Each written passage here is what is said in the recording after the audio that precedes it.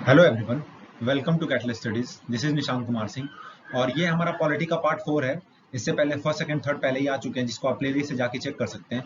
इसमें हमने हर क्वेश्चन को ब्रीफली डिस्क्राइब किया है और ये हमारे यूपी लेखपाल, एसएससी जीडी, यूपीएसआई, इसके अलावा जो भी एग्जाम्स होंगे उन सभी के लिए इंपॉर्टेंट है, क्योंकि जीएस का ये पोर्शन है और जीएस लगभग हर एग्जाम में इस समय पूछा जा रहा है। उस हिसाब से ये सभी एग्जाम्स के लिए इंपॉर्टेंट होंगे। ठीक है, इसके अलावा अगर इसके साथ साथ history, geography, polity and most important Uttar Pradesh core facts, इसमें हमने यूपी स्टेट के जो भी एग्जाम हो सकते हैं या होने वाले हैं उनके सिलेबस को देखते हुए इस सीरीज को हमने स्टार्ट किया और उसमें जितने भी क्वेश्चन आ सकते हैं उसको कवर किया जा रहा है इस सीरीज में। ठीक है, तो ये इसको आप जरूर से फॉलो करें अगर आप यूपी के एग्जाम को आप देना चाहते हैं या दे रहे हैं। ठीक है, तो अगर इसके अलावा अगर बात करें तो आप हमसे इंस्टाग्राम पे भी जुड़ सकते हैं, जिसका लिंक मैं आपको डिस्क्रिप्शन में दे दूंगा, और साथ ही साथ आप हमसे टेलीग्राम पे भी जुड़ सकते हैं। टेलीग्राम पे जितने भी आपकी वीडियोस आने वाली होती हैं उनका नोटिफिकेशन एंड आपके, अगर आपको टेलीग्राम पे इसके पीडीएफ नोट्स भी चाहिए तो आप कमेंट में हमसे बता सकते हैं। तो चलिए स्टार्ट करते हैं आज की video. How does the constitution of India describe India as? कहने का मतलब ये है कि हमारा संविधान इंडिया को कैसे डिस्क्राइब करता है, क्या बताता है कि इंडिया क्या है। इंडिया हमारा यूनियन ऑफ स्टेट है। देखिए, यूनियन ऑफ स्टेट का मतलब ये होता है कि इंडिया जो हमारी ये कंट्री है ये कई सारे स्टेट से मिलकर बनी है। ठीक है, इस वजह से इसको यूनियन ऑफ स्टेट कहते हैं। और एक होता है federation of state, federation of state. अब इसमें अंतर क्या है? देखिए, अंतर ये है, इंडिया हमारा यूनियन ऑफ स्टेट है और यूएसए जो है वो फेडरेशन ऑफ स्टेट है। अंतर ये है कि जो हमारे स्टेट्स हैं, ठीक है, वो अपने मन से इंडिया से अलग नहीं हो सकते हैं। बस इतना आप सिंपल लैंग्वेज में समझिए, इंडिया से जो स्टेट्स हैं हमारे, वो अपने इच्छा के अनुसार चाहे तो वो अलग नहीं हो सकते हैं। ठीक है, और यूएसए में अगर देखें तो जितनी भी इसमें स्टेट्स हैं वो अपने स्वेच्छा से अलग हो सकते हैं, उनका अलग कॉन्स्टिट्यूशन है। लेकिन इंडिया का एक ही कॉन्स्टिट्यूशन है जिससे सारे स्टेट्स चलते हैं, बल्कि पावर्स डिवाइड है, कुछ पावर्स स्टेट को दी गई हैं, कुछ पावर्स कंट्री के पास, मतलब सेंटर के पास है। ठीक है, तो ये फेडरेशन और यूनियन में डिफरेंस है हमारा, तो इस चीज को आप ध्यान रखेंगे। तो हमारा इंडिया जो है वो है यूनियन ऑफ स्टेट। और ये किस आर्टिकल में बात की गई है? आर्टिकल 1 में।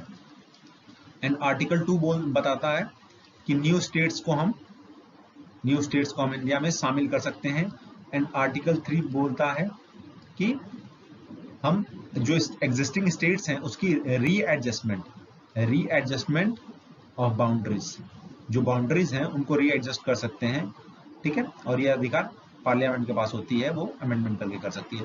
और एंड आर्टिकल 4 का मतलब ये है कि अगर हमारा रीएडजस्टमेंट या कोई नया स्टेट शामिल होता है तो उसके तहत हमको आर्टिकल 368 से अमेंडमेंट करने की जरूरत नहीं है। देखिए, ये अमेंडमेंट एक्ट है, मतलब आर्टिकल है जिससे अमेंडमेंट होते हैं कॉन्स्टिट्यूशन। अगर कोई भी चीज नई चीज आती तो इसी आर्टिकल के तहत बदलाव होता है। तो ये क्वेश्चन, मतलब ये आर्टिकल 4 ये बोलता है कि अगर हम न्यू स्टेट्स को, बस इन्हीं दोनों के लिए है ये, आर्टिकल 2 एंड 3 के लिए, अगर न्यू स्टेट्स बन रही है, रीएडजस्टमेंट ऑफ द बाउंड्रीज हो रही है, तो आपको आर्टिकल 368 से अमेंडमेंट नहीं करने की जरूरत है, वो आर्टिकल 4 के तहत हो जाएगा। तो इस चीज को आप ध्यान रखेंगे। तो इस क्वेश्चन का आंसर होगा union of states. Which was described by Dr. B.R. Ambedkar as a heart and soul of the Constitution। देखिए, B.R. अम्बेडकर ने heart and soul of constitution किसके लिए बोला था? प्रियम्बल के लिए बोला था, आर्टिकल 32 के लिए बोला था, फंडामेंटल राइट्स के लिए बोला था एंड फंडामेंटल ड्यूटीज के लिए बोला था। देखिए, अगर फर्स्ट ऑप्शन की बात करें तो इसको बोला जाता है soul of constitution, soul of constitution. देखिए, काफी लोग इसी में कंफ्यूज होंगे कि आंसर इसका यही होगा। नहीं, बिल्कुल नहीं। ये सोल ऑफ कॉन्स्टिट्यूशन बल्कि बोला जाता है, लेकिन ये बी आर अम्बेडकर ने नहीं बोला था। ये सोल ऑफ कॉन्स्टिट्यूशन बोला ही जाता है प्रियम्बल को, हमारे ये आत्मा है हमारे संविधान की। ठीक है, आर्टिकल अगर 32 की बात करें तो इस क्वेश्चन का आंसर होगा आर्टिकल 32। बी आर अम्बेडकर ने आर्टिकल 32 को बोला था soul and the heart of the Indian constitution. Article 2 है क्या? देखिए, आर्टिकल 2 है हमारा कॉन्स्टिट्यूशनल रेमेडीज। रेमेडीज, इसका मतलब ये होता है कि आपके अगर मौलिक अधिकार फंडामेंटल राइट्स का कोई हनन करता है तो आप सुप्रीम कोर्ट जा सकते हैं, जिसके लिए 5 रिट्स हैं, 5 रिट्स हैं हमारी, उसके तहत आप सुप्रीम कोर्ट जा सकते हैं। ठीक है, एक चीज आपको बता देता हूं, कई बार एग्जाम में पूछा गया है कि जो हम सुप्रीम कोर्ट जाते हैं तो वो हम बस रिट्स के द्वारा, आर्टिकल 32 के द्वारा हम बस फंडामेंटल राइट के वायलेशन के लिए जा सकते हैं, लेकिन हाई कोर्ट में, मतलब हाई कोर्ट, हम fundamental rights and also legal right के लिए भी, दोनों के लिए हम जा सकते हैं। तो अगर देखा जाए इसमें, अगर किसके पास ज्यादा पावर है तो हाई कोर्ट के पास ऑफकोर्स पावर है इस मामले में, तो इस चीज को आप ध्यान रखेंगे। तो आर्टिकल 32 के तहत हम रिट्स के द्वारा अपना, अगर वायलेट होता है फंडामेंटल राइट, मौलिक अधिकार, तो हम जा सकते हैं। फंडामेंटल राइट्स की अगर बात करें तो ये कितने से कितने तक है, तो फंडामेंटल के राइट की बात करें तो ये आर्टिकल 12 से लेकर आर्टिकल 35 तक आता है हमारा। ठीक है, फंडामेंटल राइट्स हमने कहां से लिया था, यूएसए से लिया था। ठीक है, प्रियम्बल भी हमने यूएसए से लिया था।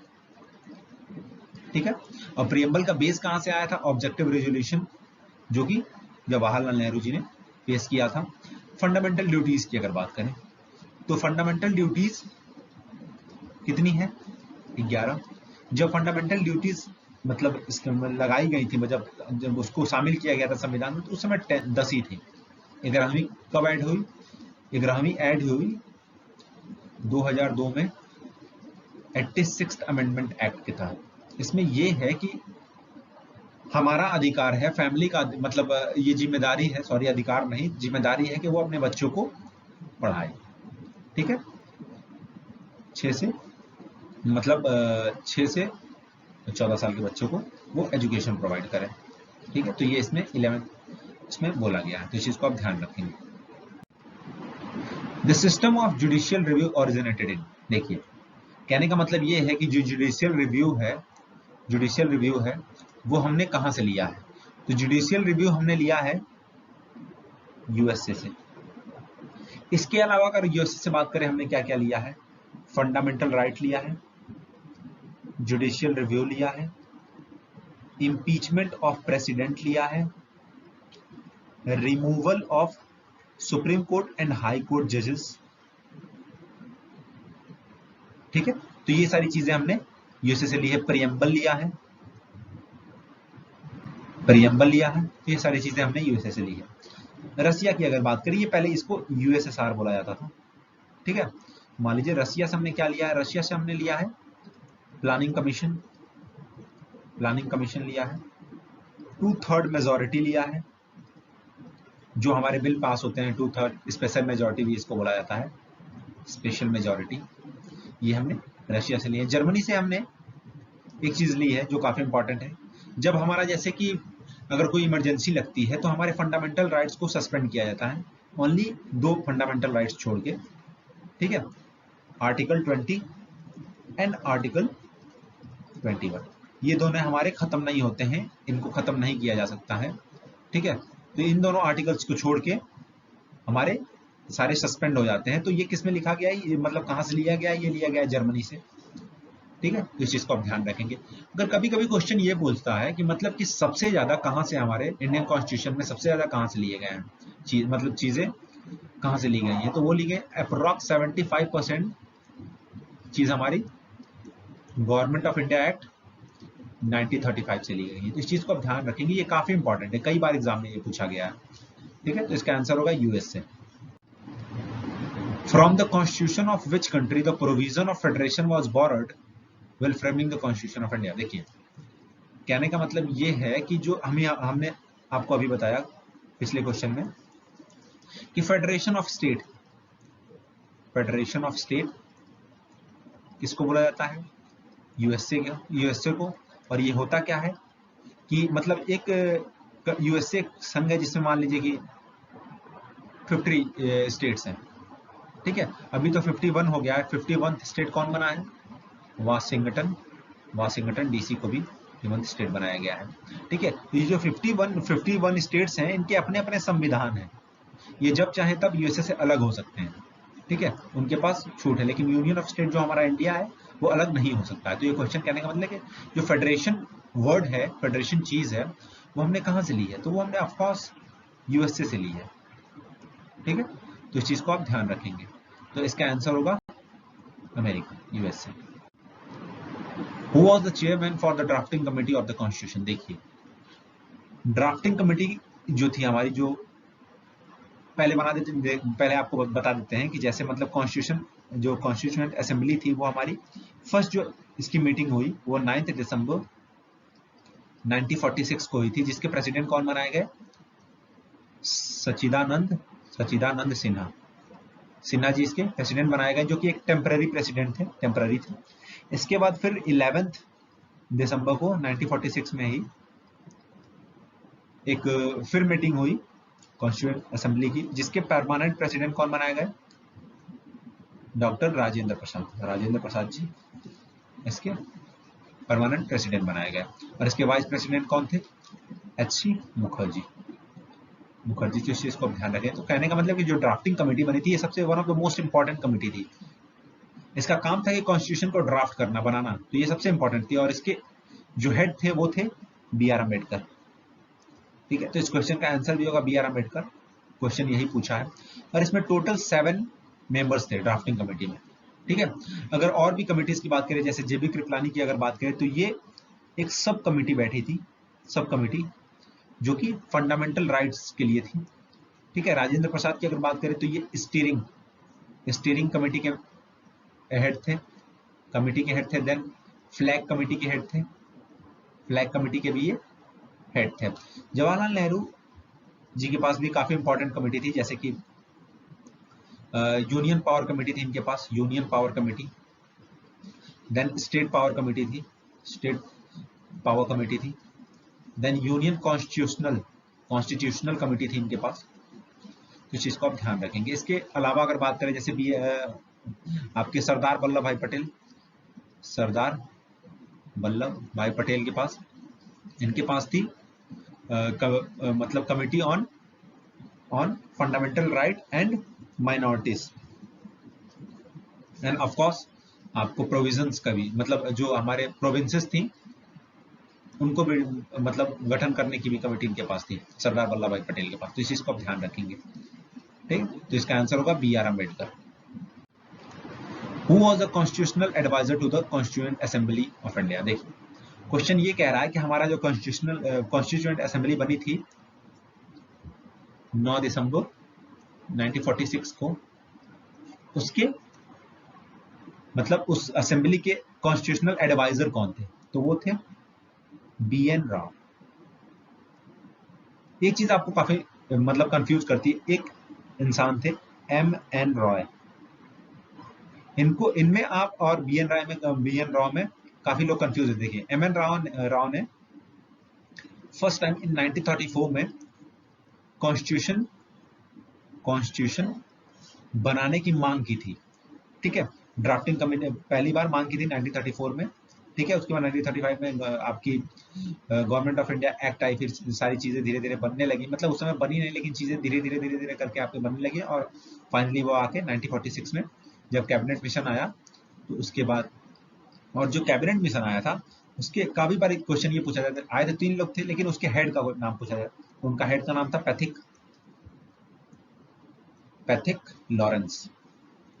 ठीक, के मुंशी भी थे हमारे कॉन्स्टिट्यूशन असेंबली के member. Then B R. Ambedkar, of course drafting committee, and then Rajendra Prasad, ये हमारे फर्स्ट प्रेसिडेंट भी थे, जो कि 2 बार बने थे, 2 टाइम्स बने थे प्रेसिडेंट। तो इस चीज को आप ध्यान रखेंगे। तो बी.एन. राव हमारे कॉन्स्टिट्यूशनल एडवाइजर थे।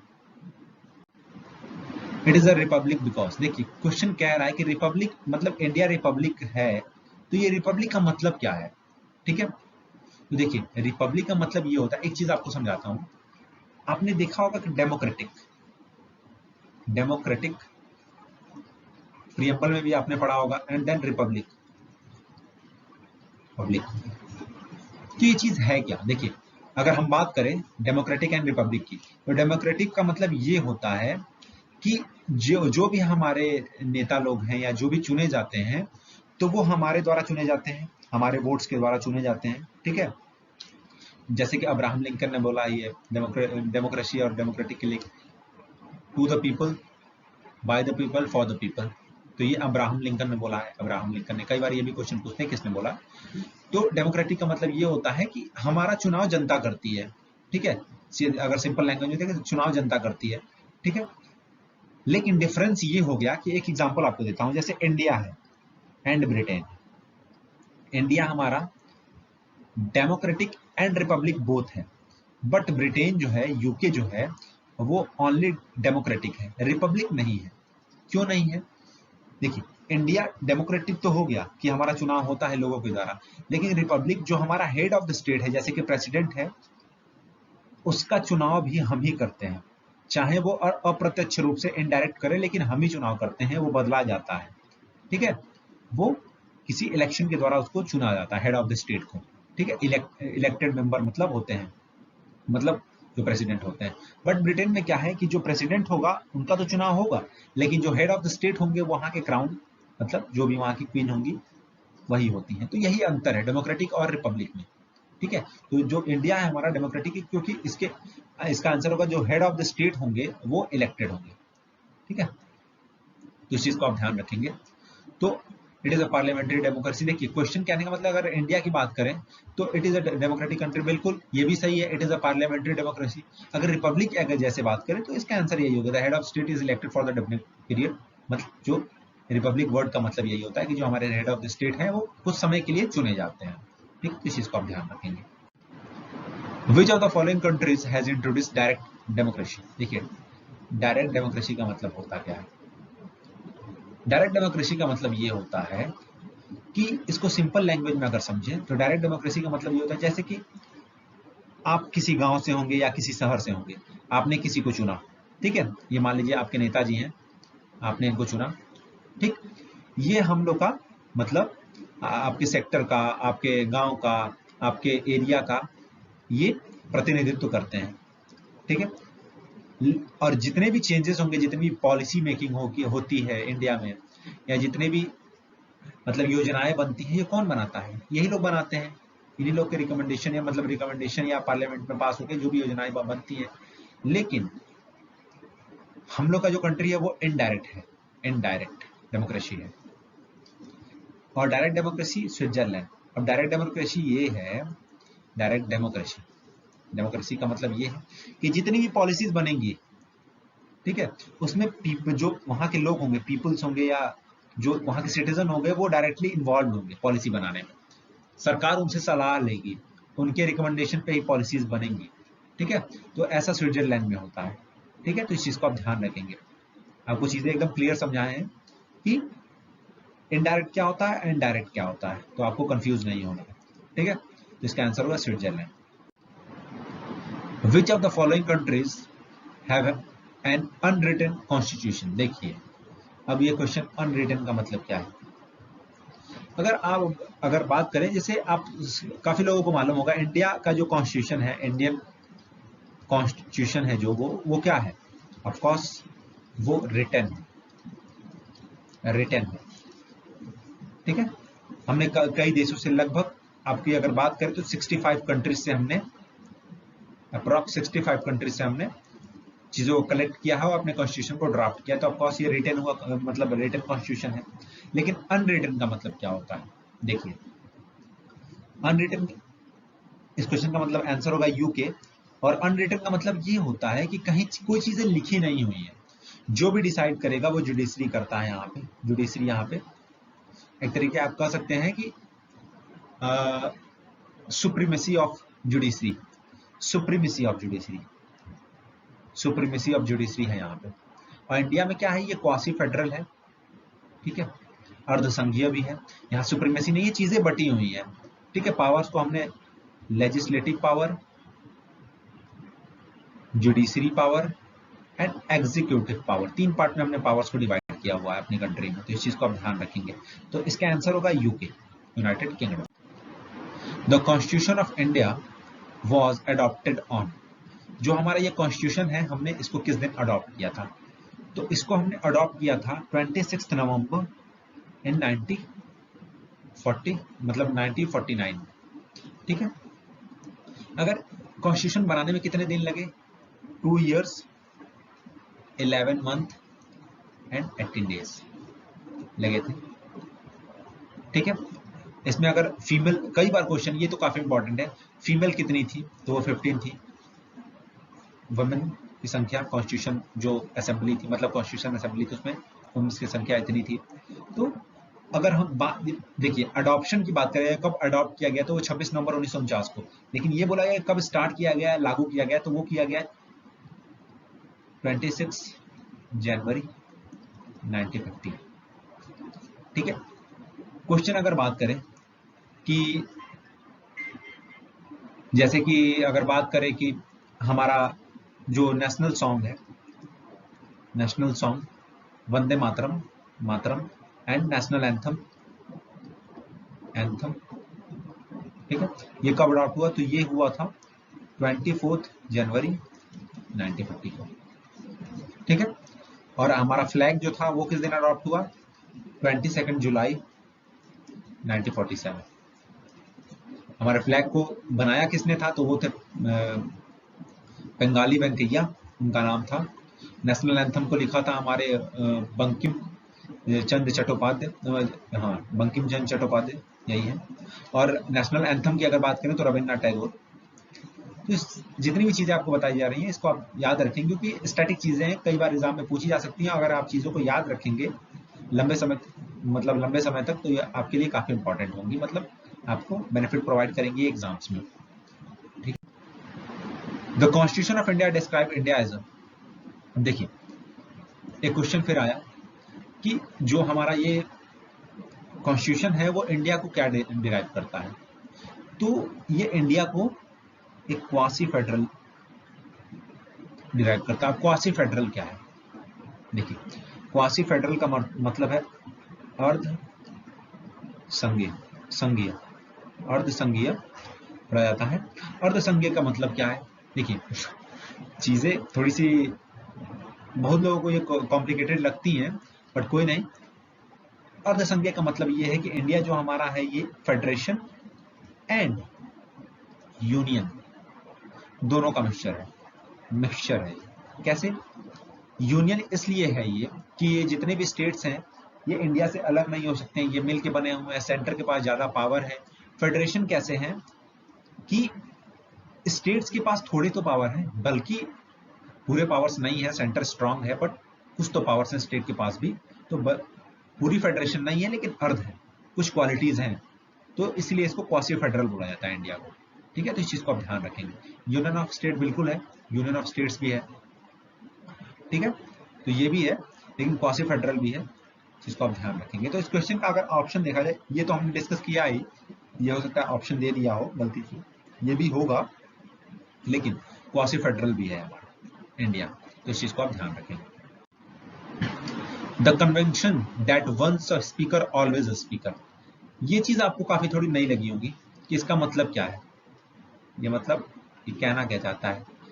तो ये जो मतलब एक टर्म है या कन्वेंशन है, ये कहाँ पे बोला गया, तो ये बोला गया था यूके में बोला जाता है, मतलब बोला गया था क्या, मतलब बोला जाता है, यूके इसका आंसर होगा। क्यों बोला जाता है, देखिए वहां पे अगर जो house of common, house of common का जो स्पीकर चुना जाएगा, चाहे वो इलेक्टेड हो या फिर नॉमिनेटेड हो, जो भी वहां के सदस्यों के द्वारा नॉमिनेटेड हो, वो अपने जीवन भर चाहे वो पार्टी रहे या ना रहे, कोई भी पार्टी है कोई उससे मतलब नहीं है, वो अपने स्वेच्छा के हिसाब से किसी भी टाइम वो री इलेक्ट किया जा सकता है, री इलेक्ट किया जा सकता है।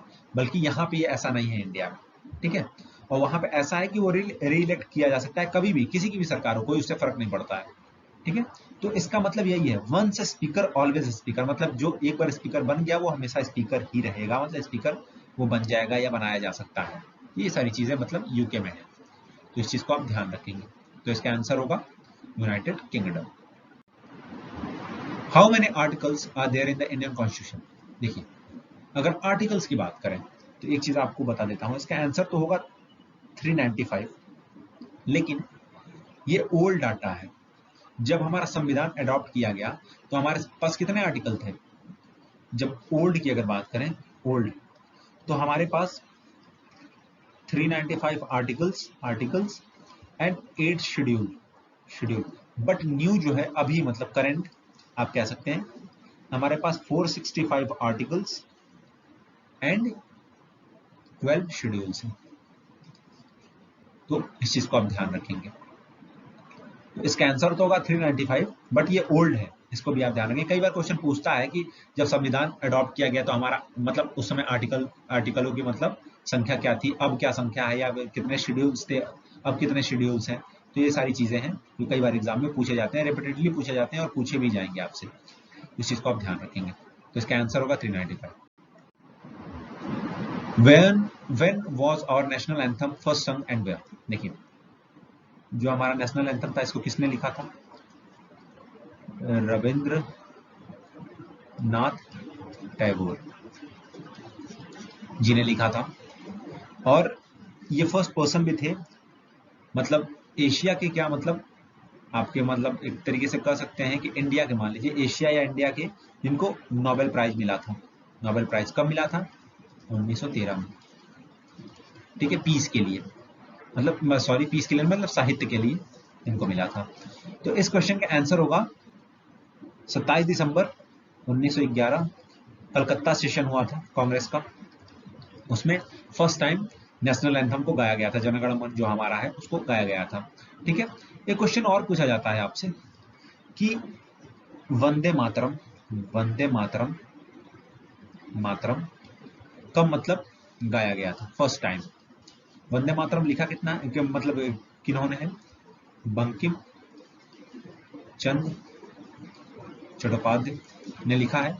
और इसको 1896 में, ये भी कलकत्ता सेशन में ही, कलकत्ता सेशन में, और इसको गाया किसने था? रविंद्र नाथ टैगोर जी ने, रविंद्रनाथ टैगोर जी ने इसको कलकत्ता सेशन में गाया था। तो इस चीज को आप ध्यान रखेंगे। तो इस क्वेश्चन का आंसर होगा 1911 कलकत्ता सेशन। ठीक है, तो ये था हमारा आज का वीडियो। अगर आपको वीडियो अच्छा लगा है तो please like share and subscribe कर दें वीडियो को। और एक चीज आपसे बोलना चाहता हूं कि वीडियो को आप ज्यादा से ज्यादा शेयर करें, लोगों से बोले सब्सक्राइब करने के लिए, क्योंकि आपको जो भी चीजें पढ़ाई जा रही हैं वो आपके लिए, या जो भी प्रिपरेशन कर रहा है किसी भी चीज की, चाहे वो यूपी के एग्जाम से कर रहा है या कोई भी एग्जाम्स हो, एसएससी हो गया, तो ये जितने भी क्वेश्चन बताए जाते हैं ये काफी इंपॉर्टेंट क्वेश्चन होते हैं। ये कई बार पूछे जा चुके हैं और ये पूछे भी जा रहे हैं, मतलब पूछे भी जाएंगे। तो इस हिसाब से आप प्लीज वीडियो को शेयर करें। इसके साथ साथ आप हमसे इंस्टाग्राम एंड टेलीग्राम पे भी जुड़ सकते हैं, जिसका लिंक मैं आपको डिस्क्रिप्शन में दे दूंगा। Thanks for the watching video.